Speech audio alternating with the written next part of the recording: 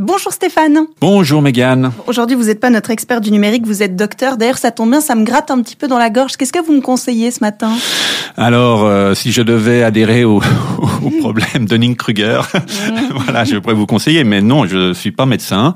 Par contre, je pourrais peut-être demander un diagnostic à une intelligence artificielle ou vous conseiller de le faire plutôt. Oui, parce qu'il y a une pré-étude, c'est ça ? Une première mondiale qui a testé la différence entre une IA médecin et des vrais médecins, c'est ça, hein, pour résumer. Tout à fait. C'est-à-dire qu'il y a un groupe de patients plutôt limité, je crois que c'était à peu près une vingtaine de personnes, et qui ont dû se prononcer par rapport à la confiance qu'ils avaient dans le diagnostic d'un médecin ou celui d'une IA. Et cette étude, en fait, elle prenait en compte non seulement l'aspect du dialogue par rapport au diagnostic du patient, mais aussi les antécédents du patient concerné, les antécédents médicaux. Par contre, comme vous l'avez dit, c'est une prépublication, c'est-à-dire que c'est une publication qui doit être encore vérifiée par d'autres scientifiques pour s'assurer que le processus scientifique a été respecté et que les données sont cohérentes par rapport à la démarche qui a été entreprise.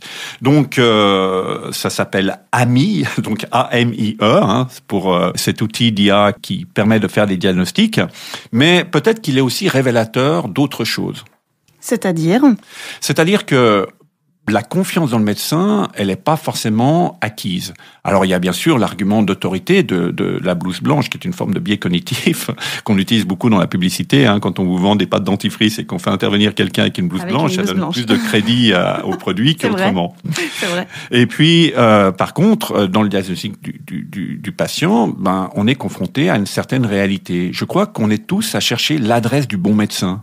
C'est-à-dire qu'on peut pas simplement ouvrir un annuaire et aller chez n'importe quel médecin et être convaincu qu'on a été diagnostiqué correctement, qu'on a reçu l'attention qu'on cherchait à recevoir par rapport aux symptômes que l'on a. Et peut-être de ce côté-là, l'IA est une forme de mise en garde pour le domaine médical.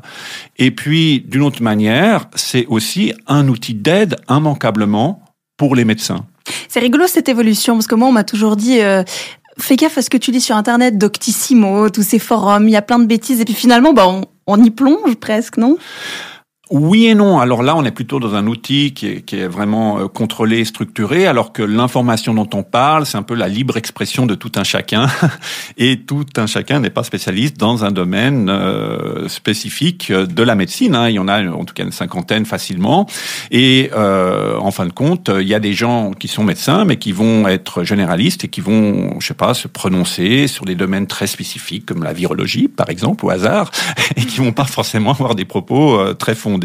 Et après, il n'y a pas tellement de contrôle de la part des organisations faîtières sur la prise de parole de certains médecins. Alors, la liberté d'expression doit exister, mais quand on est dans le domaine médical, on a quand même un devoir de respecter ce qui ressort du consensus scientifique, qui est l'aboutissement d'un certain nombre de travaux. Hein. C'est pas simplement un accord entre les gens, c'est juste ce que les données issues de la recherche nous démontrent. On peut le remettre en question, mais avec des données qui démontrent peut-être un élément contraire ou différent par rapport à des recherches effectuées. Alors, pour revenir à l'intelligence artificielle, par contre, c'est-à-dire que le fait de pouvoir prendre en compte une multitude de symptômes qui auraient été ressentis par les patients, de pouvoir lier ces symptômes à des maladies qui ont été correctement identifiées à des moments donnés, peut être un outil qui va aider le médecin à poser son propre diagnostic. On peut lui proposer des diagnostics et le spécialiste, après, va faire un choix parmi ces diagnostics qui lui sont proposés. Parce que le médecin a ses limites en termes de mémoire, il peut pas connaître l'entier des symptômes dans le monde, ni des réactions des patients qui sont propres à chacun. Et j'allais dire, l'erreur humaine aussi pourrait peut-être être limitée s'il y a plusieurs possibilités qui s'offrent aux médecins. Tout à fait. Dans un certain nombre de cas, on peut réduire l'erreur humaine, et ça, c'est aussi quelque chose d'important. Il ne faut pas oublier qu'elle existe et qu'elle touche des patients dans leur intégrité physique ou psychique, et qu'on devrait éviter autant que faire se peut ce type de problème. Merci Stéphane. Merci. À la semaine prochaine.